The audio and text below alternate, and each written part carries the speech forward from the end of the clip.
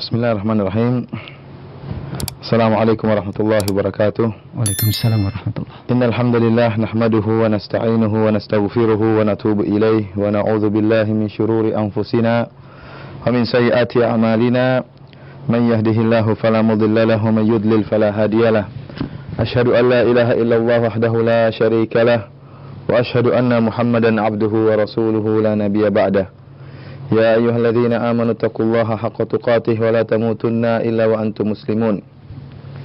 Ya ayyuhan nasu taqu rabbakumul ladzi khalaqakum min nafsin wahidah wa khalaqa minha zawjaha wa batha minhuma rijalan katsiran wa nisaa'a wattaqullaha alladzi tasaaluna bihi wal arham innallaha kana 'alaykum raqiba.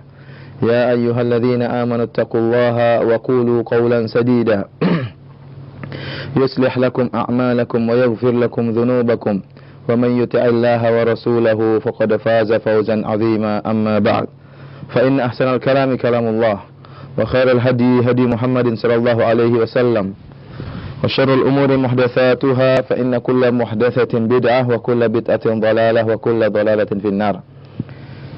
Ikhwani fillah wa akhwati fid din, a'azzani Allah wa iyyakum, para pendengar kaum muslimin, para pendengar Radio Roja dimanapun Anda berada. Alhamdulillah, pada malam hari ini Allah Subhanahu wa taala mempertemukan kita kembali melalui sarana radio yang penuh barokah ini, Radio Roja, dalam rangka untuk mempelajari sunnah-sunnah Rasulullah sallallahu alaihi wasallam. Dan topik yang akan ana angkat pada kesempatan yang berbahagia ini adalah tentang bagaimana sifat-sifat seorang dai yang berdakwah dengan hikmah. Para pendengar Radio Roja yang dimuliakan oleh Allah Subhanahu wa taala, sungguhnya dakwah Ahlussunnah adalah dakwah yang penuh rahmat, dakwah yang membawa kaum muslimin untuk mengenal Rabbnya dengan tauhid yang benar dan beribadah kepada Allah Subhanahu wa taala dengan ibadah yang benar, yang bersih dari kesyirikan dan dari kebid'ahan. Oleh karena sungguhnya dakwah yang dibawakan Ahlussunnah sebenarnya dakwah yang sangatlah mudah, mengajarkan agama dengan cara yang mudah. Jikalau kita melihat kepada kondisi kaum muslimin di sebagian tempat, bagaimana terkadang cara ibadah mereka yang sangat sulit, dengan bid'ah yang diada-adakan, dengan metode-metode yang diada-adakan, dengan penuh takalluf, dengan memberatkan diri mereka, yang semuanya perkara tersebut ternyata tidak diajarkan dalam syariat Islam. Oleh karenanya Ahlussunnah mengajarkan kepada masyarakat untuk mengenal dakwah yang benar, untuk mengenal din yang benar ini, din yang penuh dengan rahmah. Oleh karenanya Syekhul Islam Ibnu Taimiyah rahimahullah dalam Minhajus Sunnah An-Nabawiyah mengatakan, Ahlussunnah a'lamun nasi bil haqq wa arhamuhum bil khalq, bahwasanya Ahlussunnah wal Jamaah adalah orang yang paling tahu tentang kebenaran dan yang paling rahmat sesama kaum muslimin. Akan tetapi ikhwani fillah akhwati fid din, azani Allah wa iyyakum, para pendengar rahimakumullah, dakwah Ahlussunnah menjadi terasa berat, dirasa berat oleh masyarakat. Tatkala dakwah Ahlussunnah berusaha untuk membenahi kesalahan-kesalahan yang ada di masyarakat. Karena dakwah Ahlussunnah dibangun di atas tasfiyah wa tarbiyah. Tasfiyah artinya membersihkan Islam dari penyelewengan-penyelewengan, dari kesalahan-kesalahan, dan tarbiyah kemudian membina masyarakat di atas ajaran yang benar. Tatkala melalui proses tasfiyah, membersihkan masyarakat dari kesalahan-kesalahan praktek ibadah mereka, kesalahan-kesalahan akidah mereka, ini akan terasa berat bagi kaum muslimin yang terbiasa di atas kebid'ahan, yang biasa di atas adat istiadat bertahun-tahun lamanya, yang menyelisih ajaran Islam yang murni. Sebagaimana yang dialami oleh Nabi Nuh alaihissalam tatkala beliau berdakwah dan dakwah beliau terasa berat bagi kaumnya. Apa kata Allah Subhanahu wa taala? "Watlu 'alaihim naba'a Nuhin idh qala liqaumihi ya qaumi in kana kabura 'alaikum maqami wa tadhkiri bi ayatillah fa 'ala Allahi tawakkaltu." Kata Allah Subhanahu wa taala, dan bacakanlah kepada mereka berita penting tentang Nuh alaihissalam di waktu dia berkata kepada kaumnya, "Wahai kaumku, jika terasa berat bagi kalian kebersamaanku, aku tinggal bersama kalian, berdakwah kepada kalian, terasa berat bagi kalian. Wa tadhkiri bi ayatillah, dan tatkala aku mengingatkan kalian kepada ayat-ayat Allah, kalian merasa berat. Fa 'alallahi tawakkaltu. Kalau begitu aku bertawakal kepada Allah Subhanahu wa taala. Dakwah Ahlussunnah yang sebenarnya mudah menjadi terasa berat bagi masyarakat tatkala dakwah tersebut berusaha untuk membenahi masyarakat. Kita bisa bayangkan bagaimana rasa berat yang dihadapi oleh seseorang jika dia selama bertahun-tahun tenggelam di atas bid'ah, atau bertahun-tahun berada di atas penyelewengan, atau bertahun-tahun berada di atas adat istiadat. Bahkan adat tersebut merupakan warisan dari nenek moyangnya.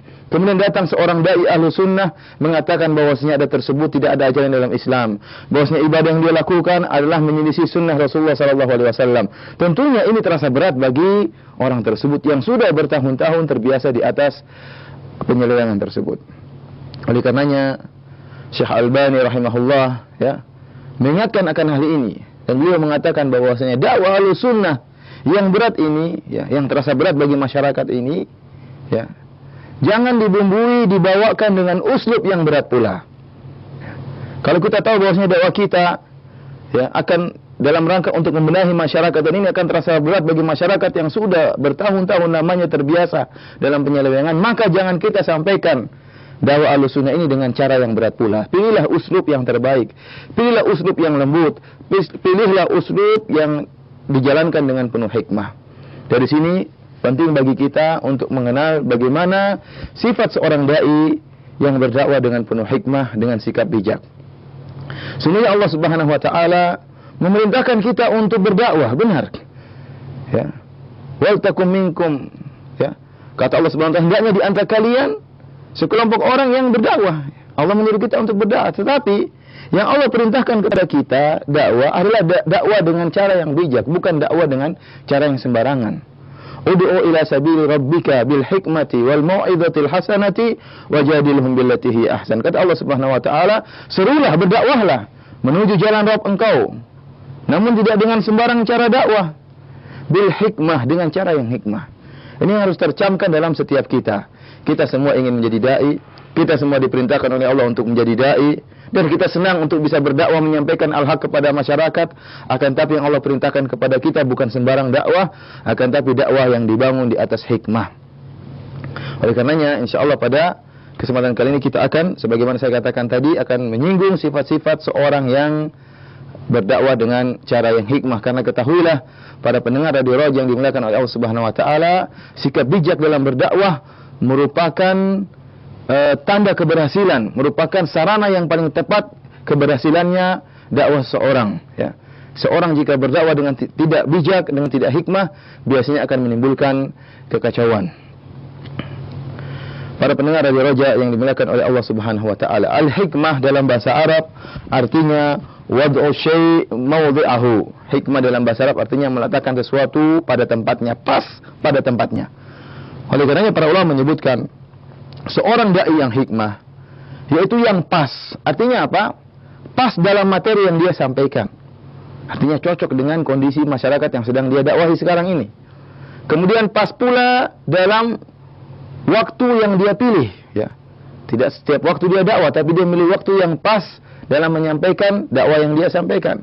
Dan yang ketiga, metode yang dia gunakan pas untuk masyarakat yang sedang dia hadapi. Jadi pas dalam materi, pas dalam waktu, dan cocok dalam uslub yang perlu dia lakukan, yang perlu dia jalani dalam menghadapi mad'u atau audiens yang sedang dia dakwahi. Oleh karenanya inilah sifat hikmah dalam dakwah.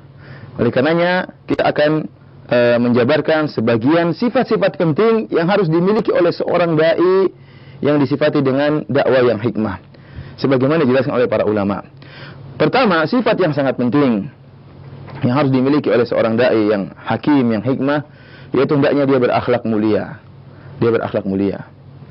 Dan ini merupakan suri teladan yang sangat penting dari Nabi sallallahu alaihi wasallam. Ya Rasulullah sallallahu alaihi wasallam, kata Allah Subhanahu wa taala, la ala khuluqin azim, sungguh di atas akhlak yang sangat mulia. Oleh karenanya kalau kita lihat bagaimana sejarah Nabi sallallahu alaihi wasallam, beliau dikenal dengan akhlak yang mulia. Beliau dikenal dengan orang yang jujur, beliau dikenal dengan amanah. Bahkan dikenal oleh gembong-gembong orang-orang musyrikin Arab. Mereka mengenal Rasulullah sallallahu alaihi wasallam adalah orang yang sangat amanah. Sebagaimana hal ini pernah ana sampaikan dalam sirah nabawiyah, bagaimana Rasulullah sallallahu alaihi wasallam dikenal dengan sangat amanah, sampai-sampai orang kafir Quraisy mereka menitipkan barang-barang berharga mereka kepada Rasulullah sallallahu alaihi wasallam sebelum Rasulullah sallallahu alaihi wasallam diangkat menjadi nabi. Tatkala Nabi sallallahu alaihi wasallam diangkat menjadi nabi, ya, di mana Nabi sallallahu alaihi wasallam memperingatkan kaumnya bahwasanya mereka berada di atas kesyirikan, ya. Tentunya ini membuat kaum musyrikin geram terhadap Rasulullah sallallahu alaihi wasallam, murka terhadap Rasulullah sallallahu alaihi wasallam. Apalagi yang disalahkan oleh Nabi bukan cuma masyarakatnya tatkala itu, bahkan nenek moyang mereka pun disalahkan oleh Nabi sallallahu alaihi wasallam. Ya, mereka tatkala ditegur oleh Nabi, mereka mengatakan, "Inna wajadna aba'ana ala ummah." Kami mendapati nenek moyang kami di atas ajaran ini. Wa inna ala atharihim muqtadin, dan kami akan mengikuti nenek moyang kami. Itulah dalil hujjah yang disampaikan oleh orang-orang musyrikin tatkala itu.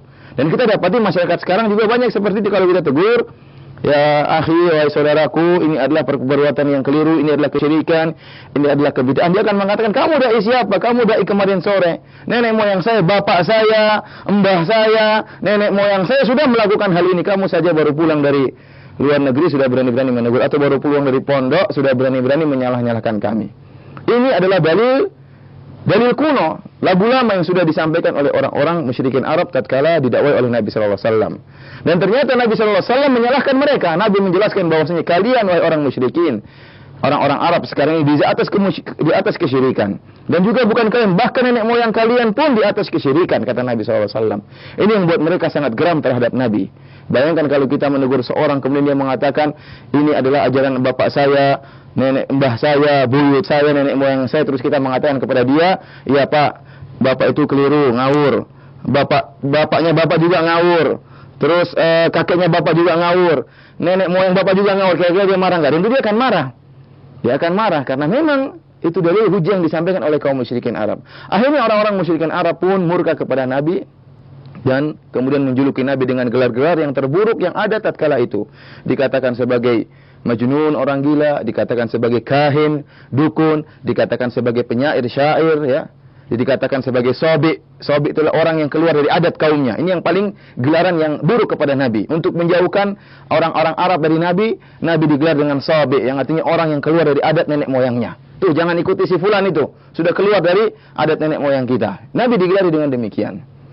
Meskipun orang-orang musyrikin Arab sangat benci kepada Rasulullah sallallahu alaihi wasallam, yang saya jadi heran terhadap akhlak Nabi, ternyata mereka masih tetap menitipkan barang-barang berharga mereka kepada Rasulullah sallallahu alaihi wasallam.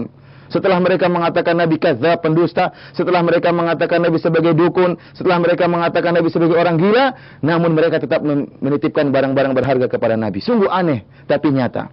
Di siang hari mereka mengatakan Nabi kadzdzab, pendusta. Di malam hari mereka mengatakan, mohon maaf Muhammad, saya titip barang saya kepada antum. Bayangkan bagaimana mereka tahu bahwasanya Nabi SAW sangat amanah.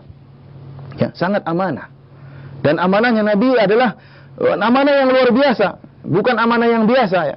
Abu Bakar juga amanah, ada sahabat-sahabat yang amanah. Tapi amanahnya Nabi SAW sangat luar biasa, sampai dipercayai oleh orang-orang kafir Quraisy untuk menitip barang-barang berharga mereka. Kemudian tatkala Rasulullah SAW akhirnya harus berhijrah ke kota Madinah, Rasulullah SAW pun tetap amanah. Beliau menugaskan Ali bin Abi Thalib 3 hari 3 malam untuk mengembalikan barang-barang berharga tersebut kepada orang-orang kafir Quraisy. Ya, kalau kita tentunya dikatakan kadzdzab, dikatakan pendusta, mau dibunuh, ya kalau ada orang musuh kita titip barang sama kita, kita bawa lari barang itu.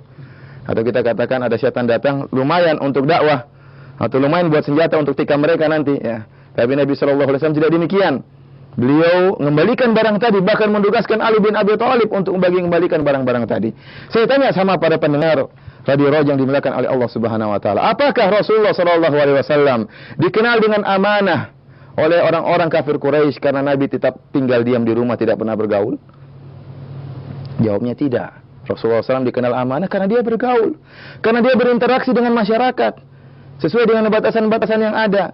Jika ada muamalah yang berbau kesyirikan, berbau yang haram, dia akan tinggalkan. Tapi kalau ada muamalah yang tidak berbau kesyirikan dan tidak berbau haram, maka beliau akan bermuamalah dengan masyarakat. Bahkan sebagian dalam sirah Nabawiyah juga tatkala orang-orang kafir Quraisy mengadakan halful fudul, yaitu perjanjian kesepakatan untuk menolong seorang yang zalimi. Tatkala Rasulullah SAW belum jadi nabi, Nabi SAW ikut serta dalam partisipasi tersebut bersama orang-orang kafir Quraisy. Ya. Bahkan Nabi SAW mengatakan, "Lau du'itu fil Islam." Kalau seandainya saya sudah diangkat menjadi nabi dan diajak oleh orang-orang kafir Quraisy untuk bersepakat menolong orang yang dizalimi, maka saya akan datangi, kata Nabi. Ya. Ya. Seakan saya datangi. Artinya ada interaksi, ada kerjasama antara Nabi bahkan dengan orang-orang yang menyeleweng, dengan orang-orang musyrikin. Kalau memang interaksi tersebut membawa suatu kemanfaatan, mengembalikan hak orang yang dizalimi, maka Nabi SAW ikut serta. Hal ini sebagaimana Nabi Yusuf alaihissalam. Tatkala beliau di penjara, kemudian datang dua orang minta ditafsirkan mimpinya, kata mereka, "Inna naraka minal muhsinin." Kami melihat engkau wahai Yusuf termasuk orang-orang yang ihsan, orang-orang yang baik. Nabi Yusuf dipandang baik oleh orang-orang yang dipenjara bersama Nabi Yusuf, sehingga mereka pun datang menemui Nabi Yusuf untuk meminta Nabi Yusuf mentafsir, mentakbir mimpi mereka. Kenapa? Karena Nabi Yusuf sudah terkenal sebagai orang yang berakhlak mulia. Oleh karenanya ikhwan, akhwat, azani Allah wa iyyakum, kita meneladani Rasulullah SAW dan juga Nabi Yusuf dan nabi-nabi yang lainnya. Seorang dai harus memiliki akhlak yang mulia, berinteraksi dengan masyarakat dengan sesuai batasan-batasan, dan tunjukkan bahwasanya kita berakhlak mulia. Karena kalau ada seorang dai yang akhlaknya buruk, akan ditinggal oleh masyarakat. Yang pertama kali dinilai oleh masyarakat bukanlah perkataan, tapi akhlak, kelakuan dai tersebut. Bukankah Rasulullah SAW mengatakan, "Innama bu'aitsu liutammima makarimal akhlak." Sungguhnya aku diutus oleh Allah Subhanahu wa taala untuk menyempurnakan akhlak. Dan perkara penting yang sering saya ulang-ulang dalam kajian-kajian saya, bahwasanya dakwah Ahlussunnah wal Jamaah adalah dakwah yang dikenal dengan tauhid dan dikenal dengan akhlak. Dikenal oleh musuh-musuh Ahlussunnah dengan dakwah tauhid dan dakwah akhlak, ya. Kita alhamdulillah, ya, terbedakan dengan dakwah-dakwah yang lain. Dakwah Ahlussunnah tegas dalam masalah tauhid. Kesyirikan kita bantah dengan tanpa basa-basi.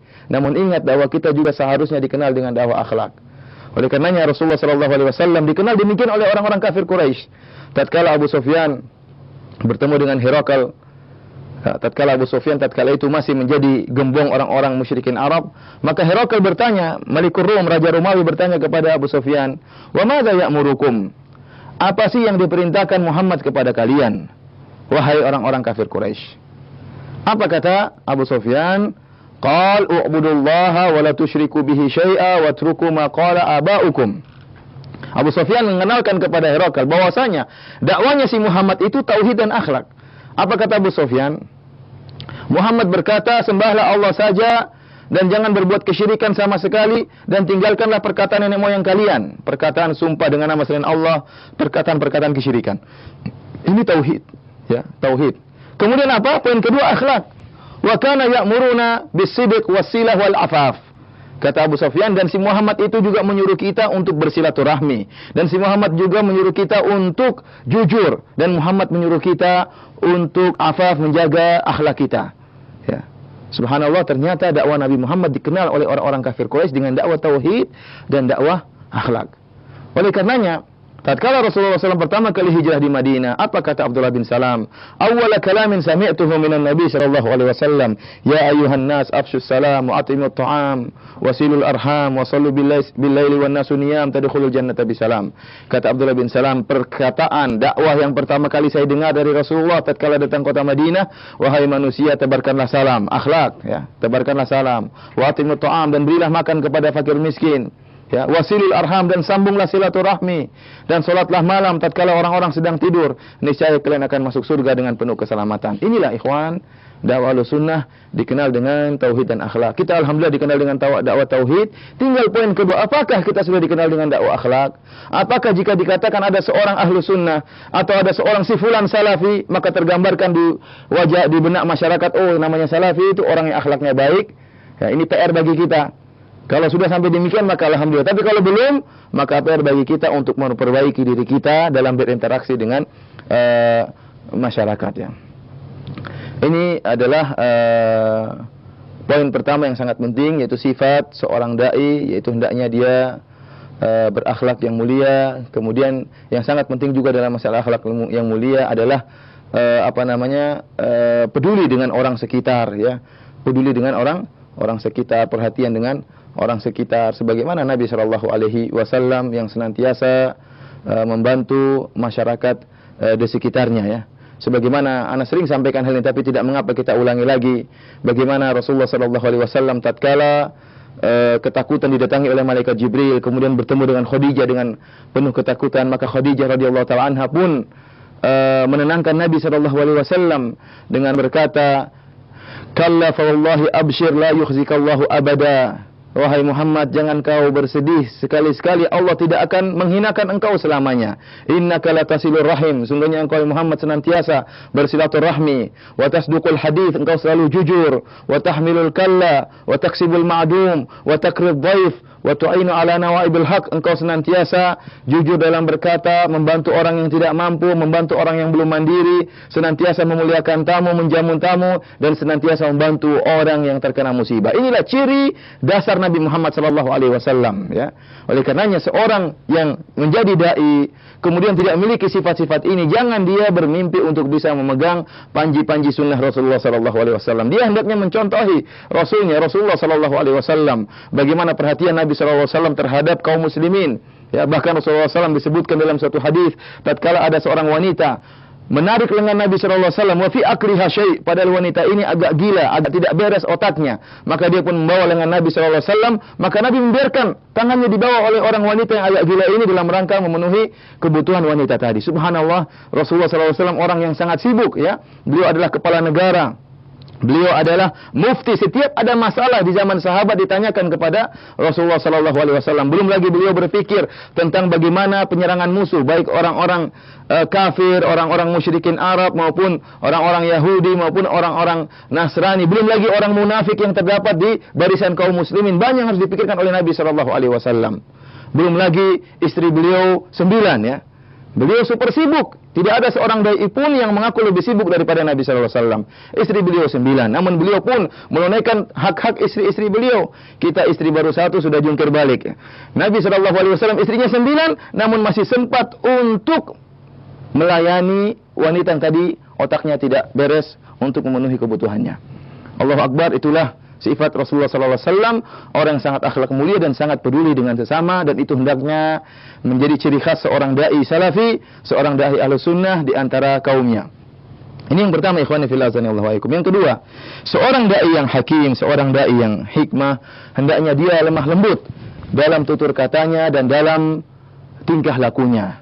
Allah Subhanahu wa taala berfirman, "Fabima rahmatin minallahi linta lahum, walau kunta faddan ghalidhal qalbi lam faddu min haulik."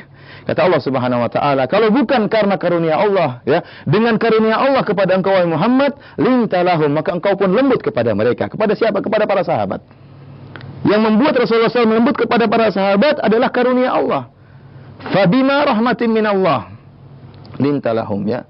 Sebagaimana pernah jelaskan, fabima, ba di situ kalau dalam bahasa Arab adalah ba zaidah. I'rabnya tidak ada, laisa laha minal i'rab, tidak ada i'rabnya. Dan kalau suatu yang zaidah dalam Al-Quran dalam rangka untuk taukid, penekanan, artinya apa? Benar-benar sungguh-sungguh karena nikmat dari Allah kepada engkau Muhammad, engkau menjadi orang yang lembut kepada para sahabat.